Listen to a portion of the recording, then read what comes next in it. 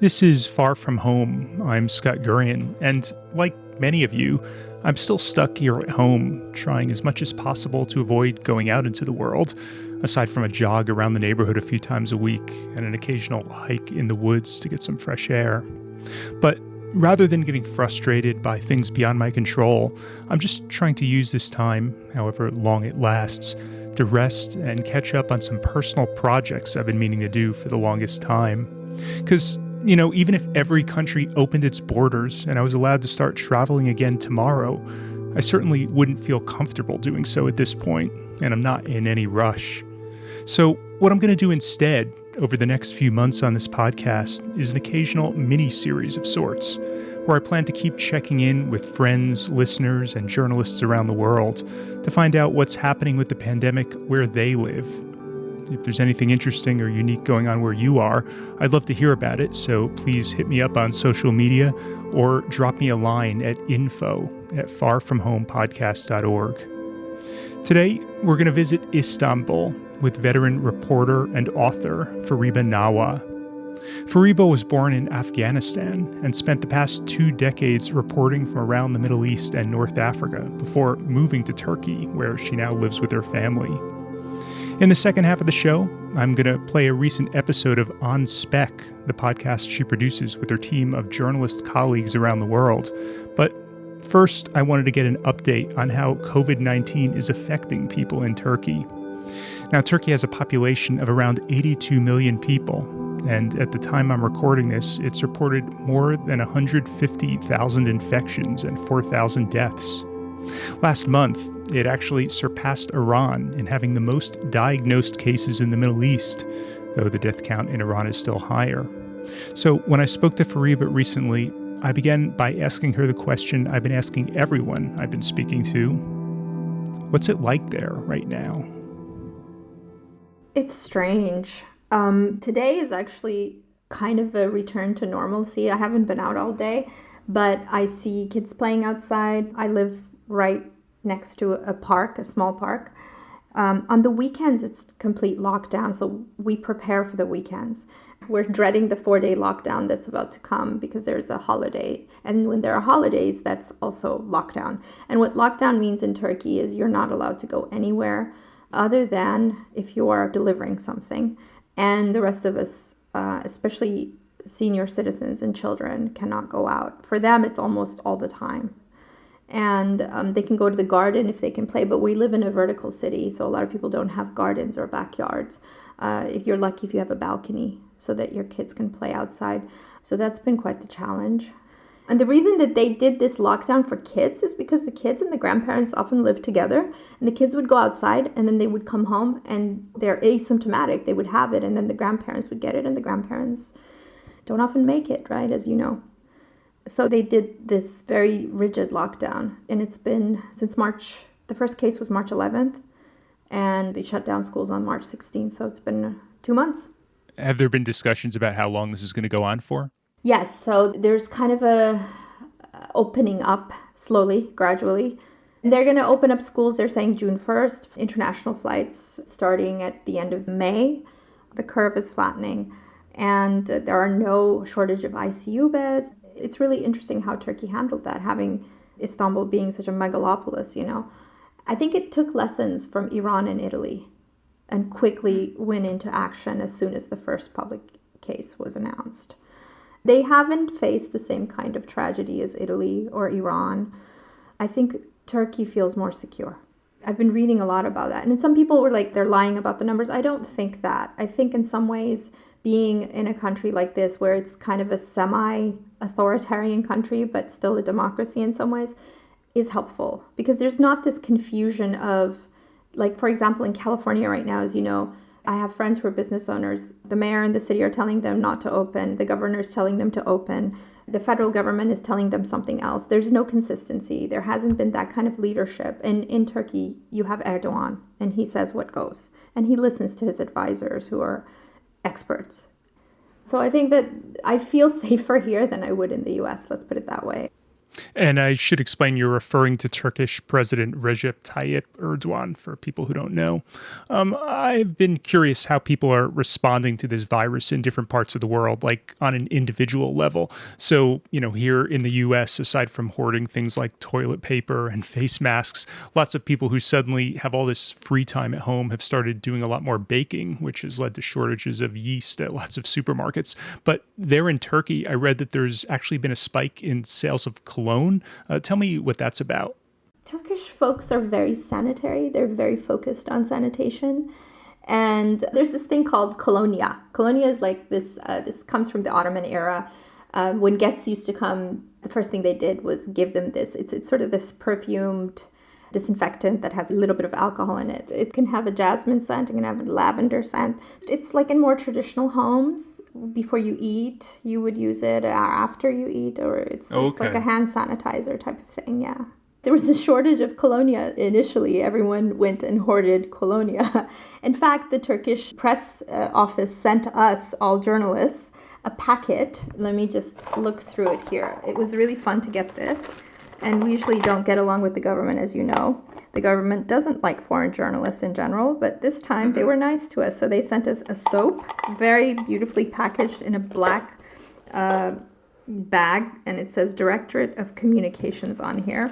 And you have latex gloves. Oh, I still have 2 more masks left. I think there were about 10 masks. And let's see, hand sanitizer and a thermometer, a bottle of colonia. That was special. I used most of it, and it sits right on my desk whenever I'm obsessing about whether my hands are clean or not. So yes, this is our world.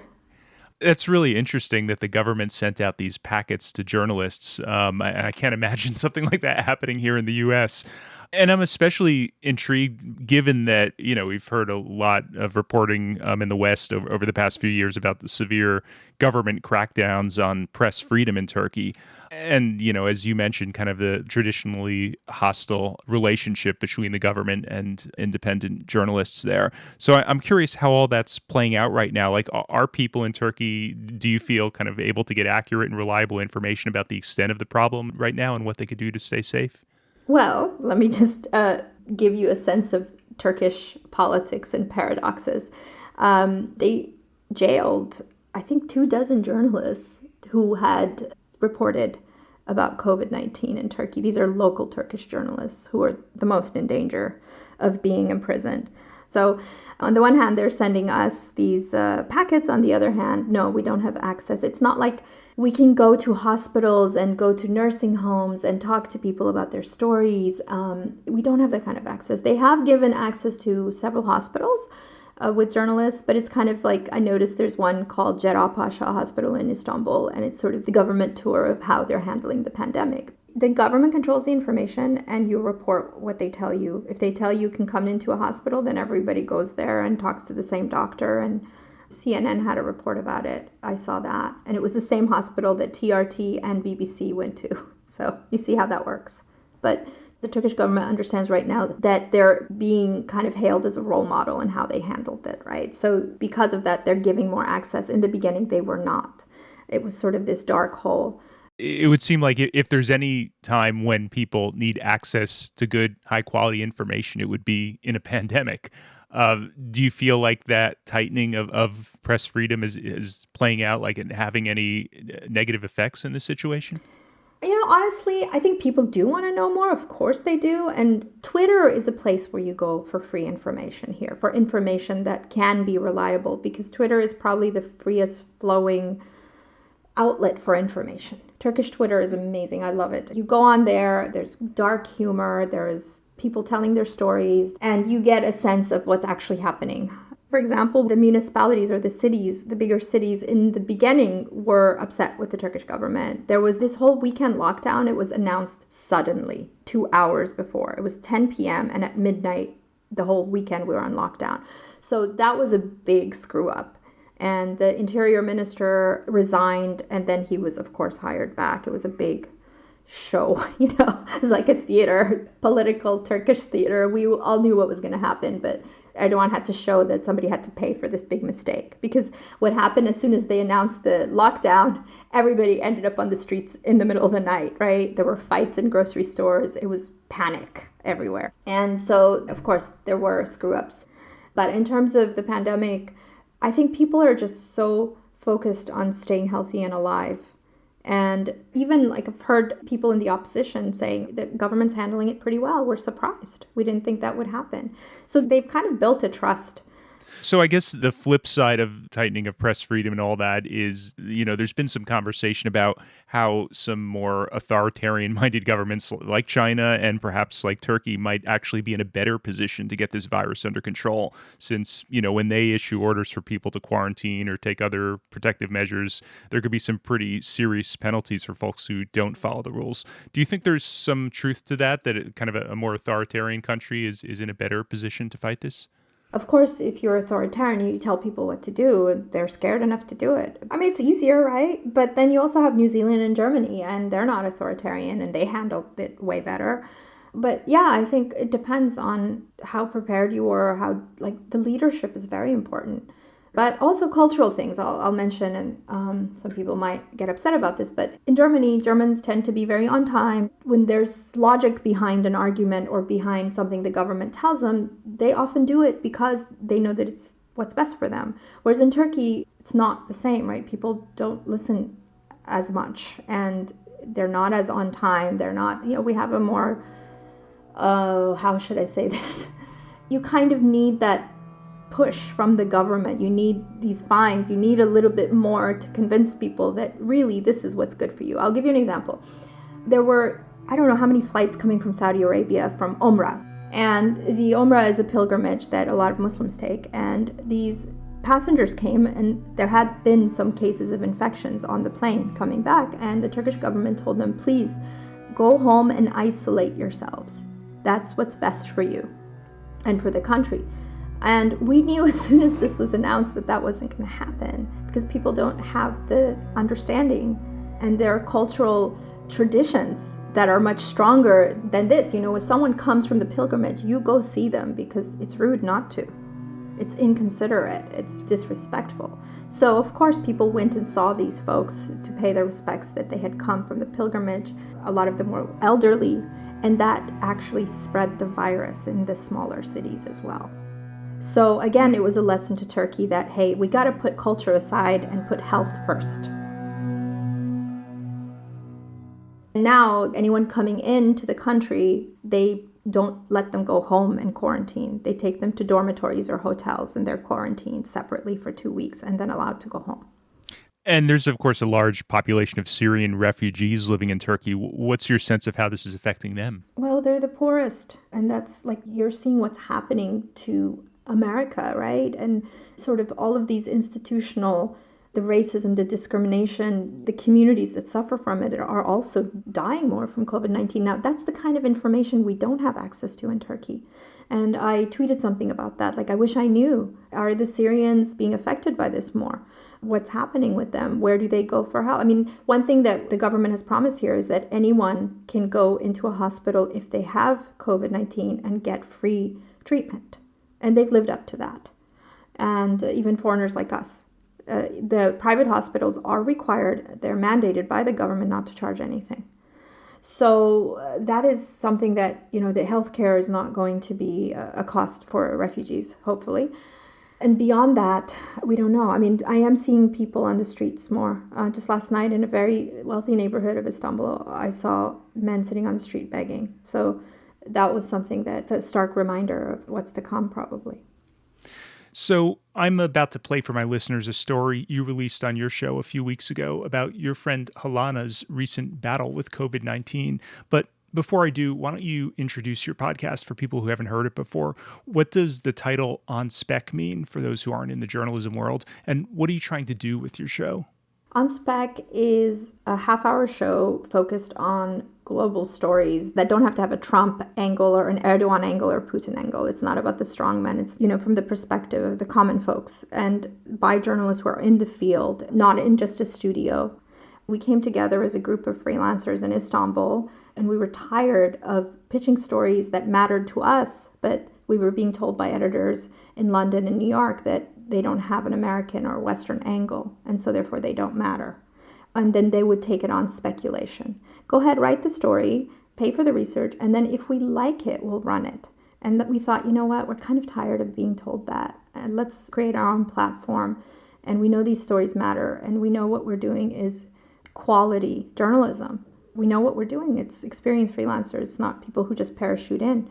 We have a dozen languages between us. It's all about collaboration and teamwork. And they pick their stories depending on what their interest is. It's all about your personal passion and your passion project. So we had stories from like artifact smuggling from Afghanistan. We had a story about how ISIS was kidnapping truffle hunters in Iraq, and truffles are a big delicacy in Iraq. We had a story about press freedom in Turkey. It's sort of almost NPR, BBC type of like journalism, but from an independent perspective. Okay, well, I'm excited to share your program with my listeners. Fariba Nawa, thanks so much for joining me. Thank you, Scott. I'm glad we got to do this. Without further ado, here's Fariba's episode. Welcome to On Spec, where you'll hear stories that bring you closer to the globe. This is your host, Fariba Nawa. On Spec is interrupting its season 0 to focus on how the novel coronavirus is impacting us across borders. We're sharing an unprecedented experience as most of the world goes into lockdown. I've been in touch with my close friends in Istanbul since the crisis began in Turkey.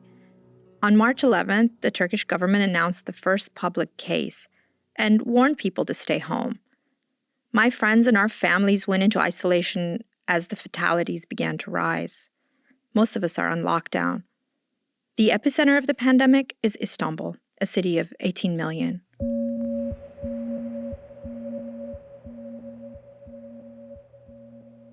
One of my closest friends, Hilana Mahmoudi, an Iranian-Canadian photographer, was one of the first to hunker down.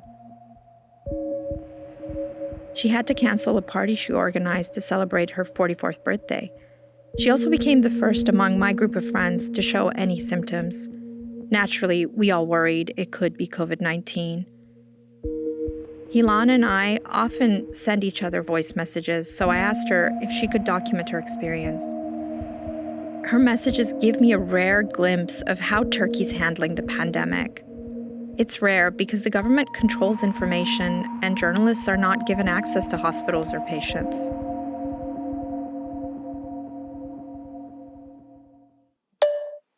I'm quite a pragmatic person. So since the beginning of this pandemic, I've been telling everyone around me not to panic and that we are all going to get it and it's not necessarily bad and 80% of us will have it without even symptoms that would require hospitalization. So a lot of my friends are now telling me, you called this thing upon yourself. When Hilana starts to have symptoms, she asks her ex-husband to pick up their daughters, who are 9 and 13 years old. He takes them to his place, but she's not completely alone. Her 43-year-old helper, Joanne, and Joanne's 3-year-old daughter, Sam, live in the house. Joanne is from the Philippines, but her daughter's half Turkish. Istanbul has become their home. Hilana steers clear of them, staying in her bedroom upstairs most of the time. Last week I had back pain and chest pain, and I thought to myself, it's probably because I've been lying down so much more than I usually do. That's why I have it.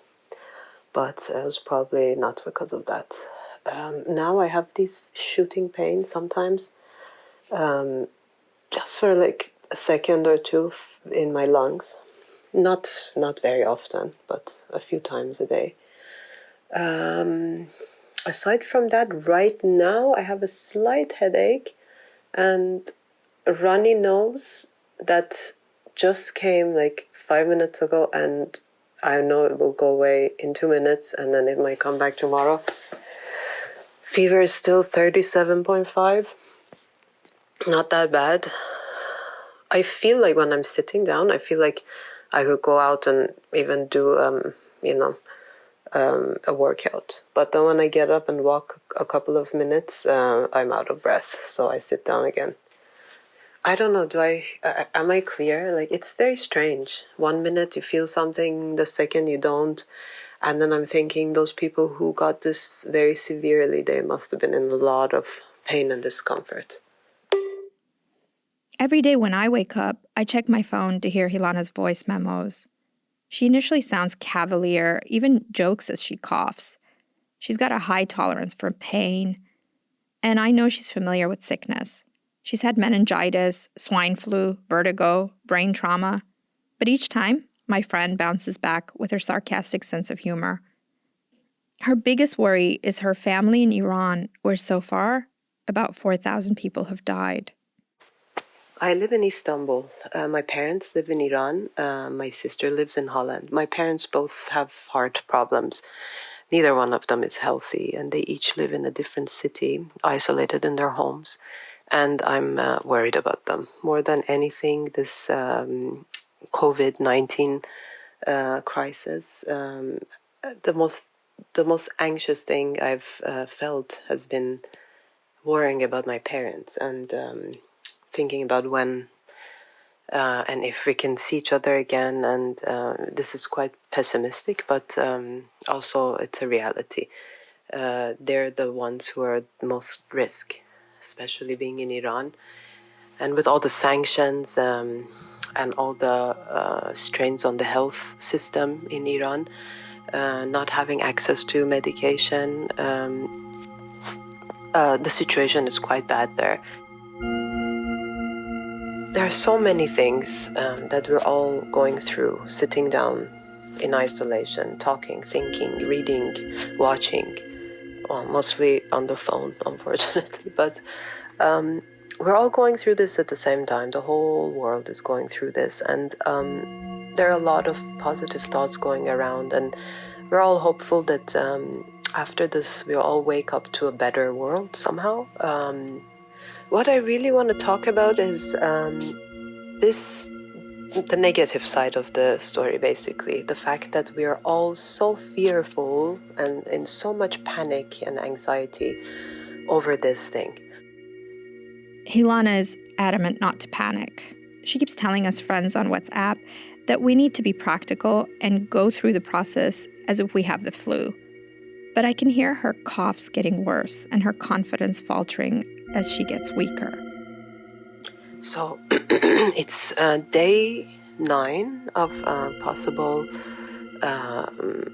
coronavirus illness for me.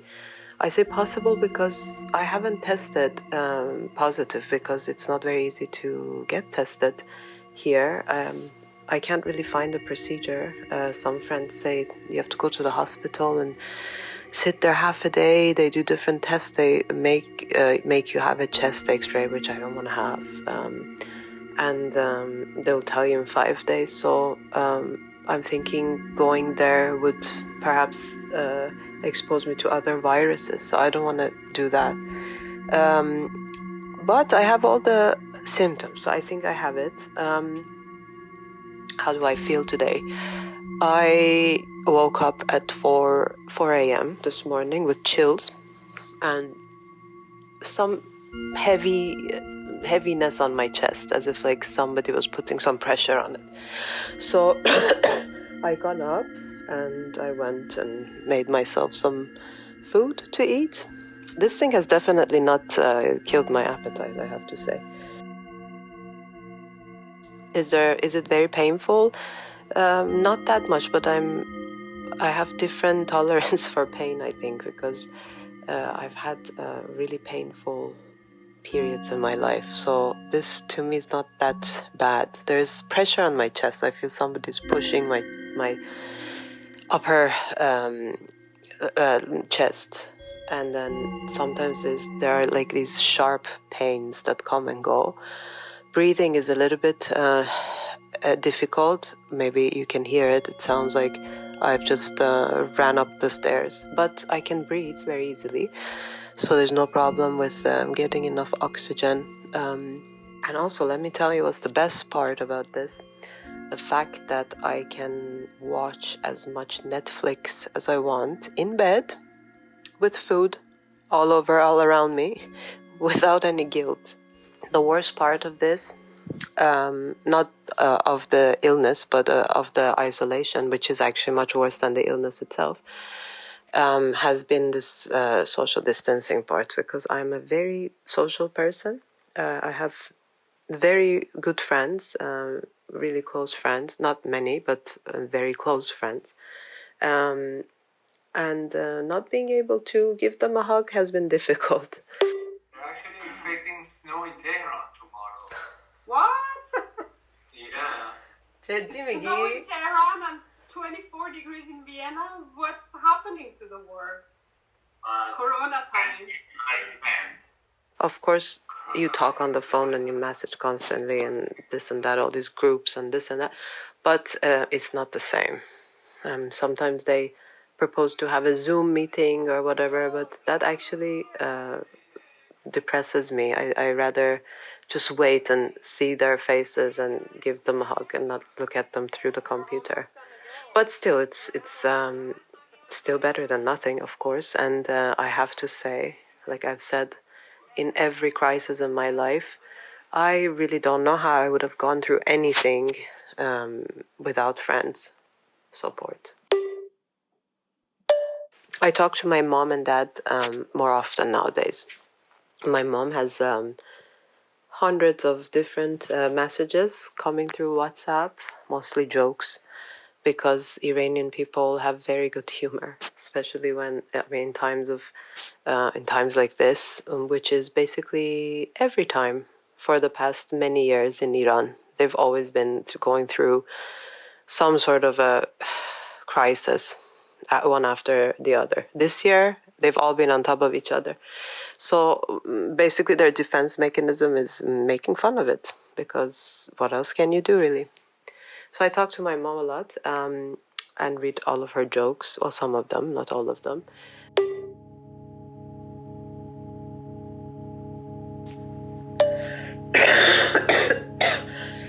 Today I got a message from my older daughter saying, "Mommy, don't die, please." To be honest, the idea of dying never crossed my mind. I never thought I'm going to die of this.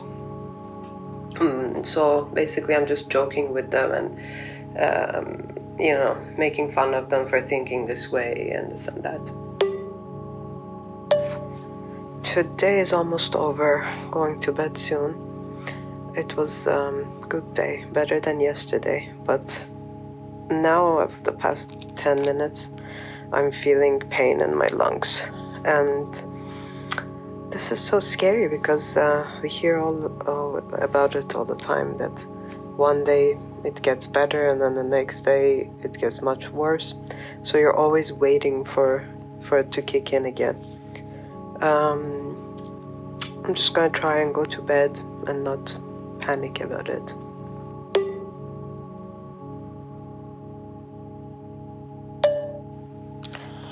So it's 3:30 in the morning. I got up because I have irregular heartbeat, hyperventilating, breathing is hard. It's hard to breathe.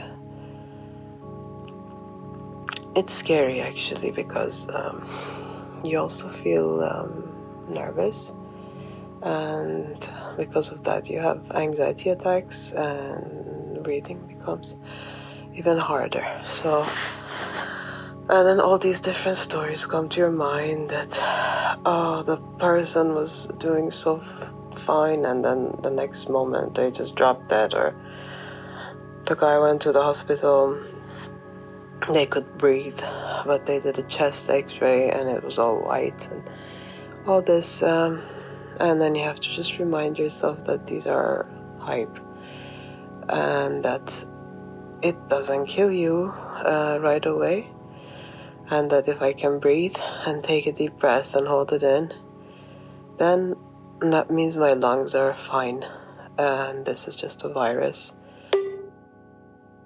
ازم چطوری خوبی؟ یکم ترسیدم اون پیغاماتو شنیدم از شب. با توکم حرف زدی چی میگه؟ میگه نرو بیمارستان، نرو خونه بمون. That was me. I'm worried and a bit panicked about Hilana's condition. I insist she go to the hospital. There's a chorus of friends on her phone telling her to get checked.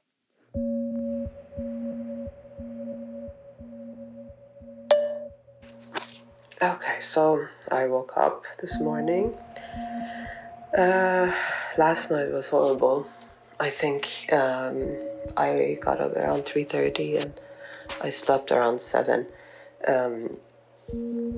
Breathing was really hard. The worst part of the day for this illness, for me, it has been during the night. I usually sleep very well, but this past 3 nights I've been waking up every night around the same time, 3:34, and the reason is heartbeat, irregular heartbeat, and shortness of breath. So it's scary. Last night I really wasn't sure if I'm gonna wake up today.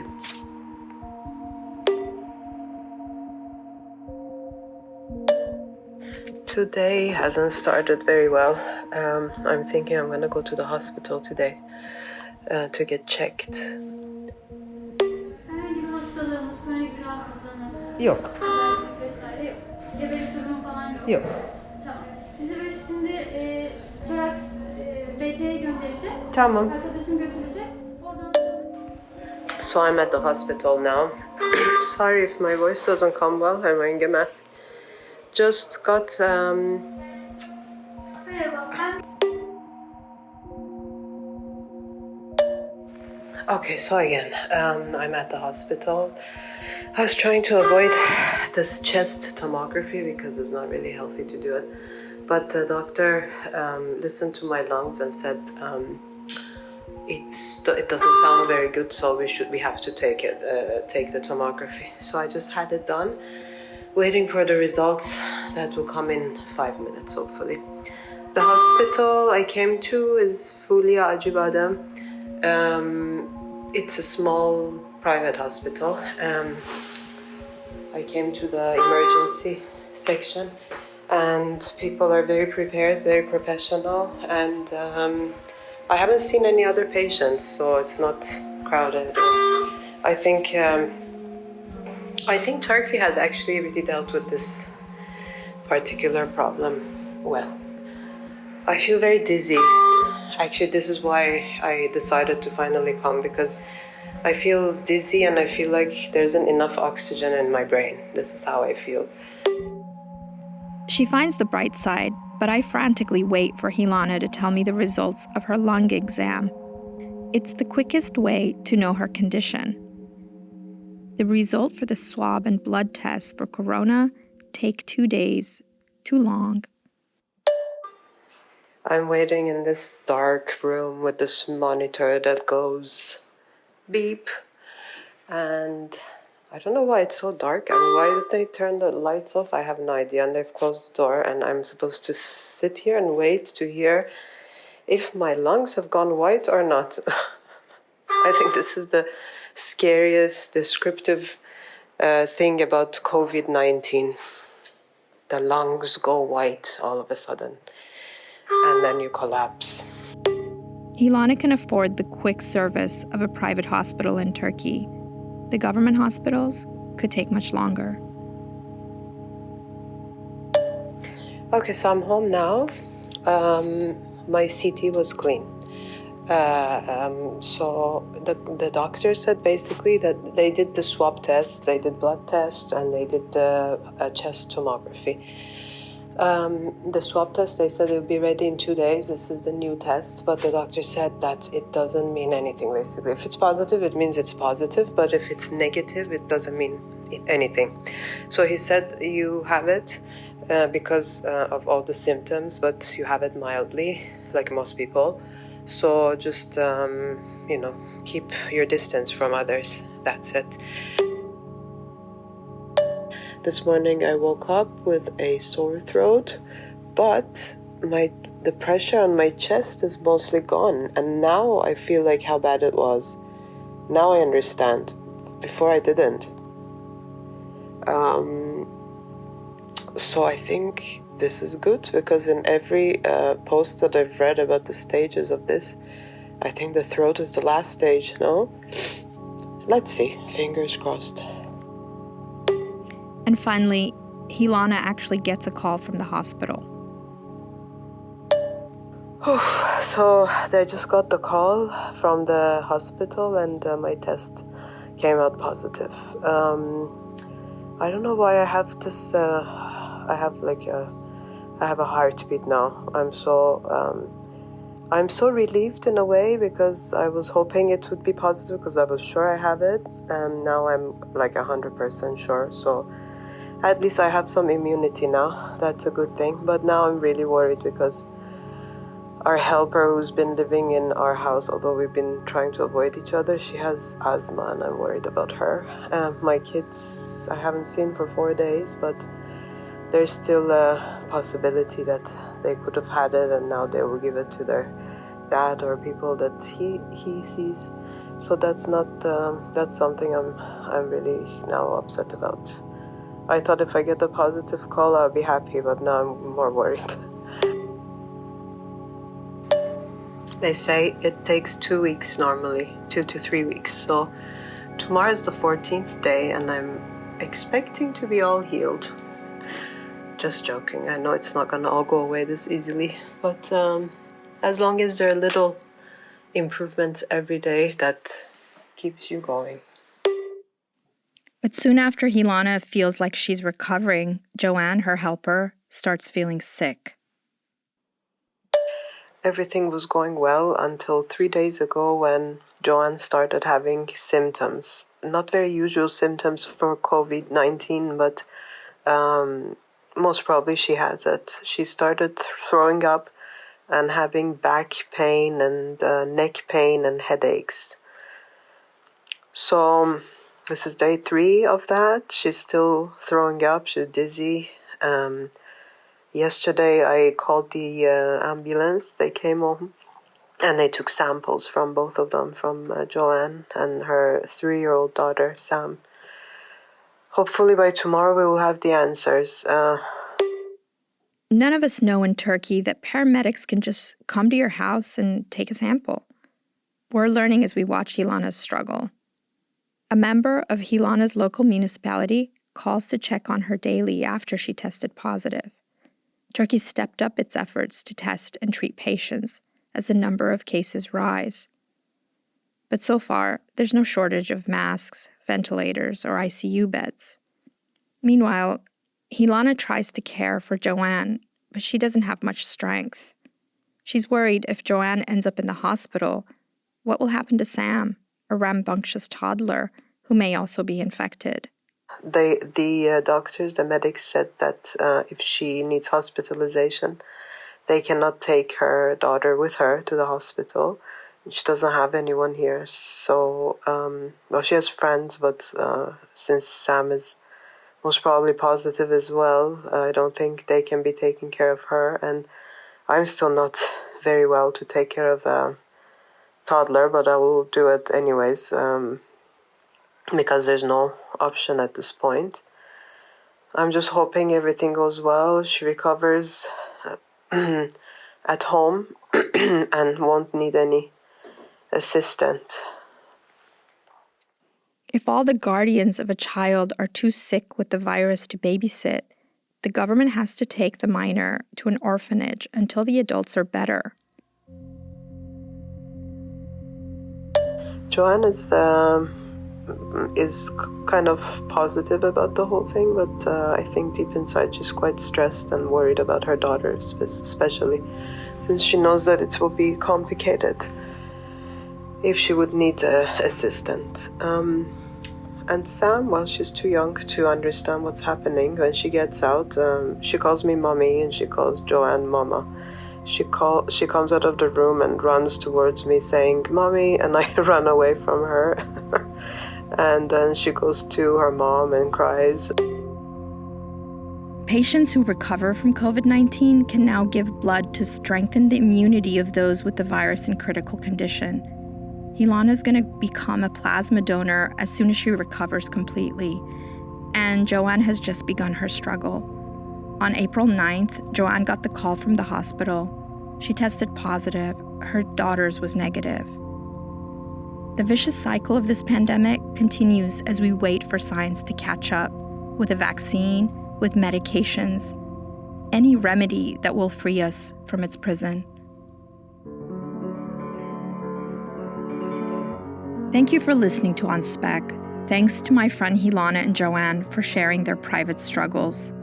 This episode was edited and produced by Oscar Durand. You can read Hilana's text story with her poignant photos on our Reporter's Notebook blog at onspec.news. Thanks to Farzana Wahidi for the photo selection. Next week, we'll take you to different parts of the world where COVID-19 is changing our social life, from dating to meeting friends. Till then. And until next time on Far From Home, stay safe and stay healthy.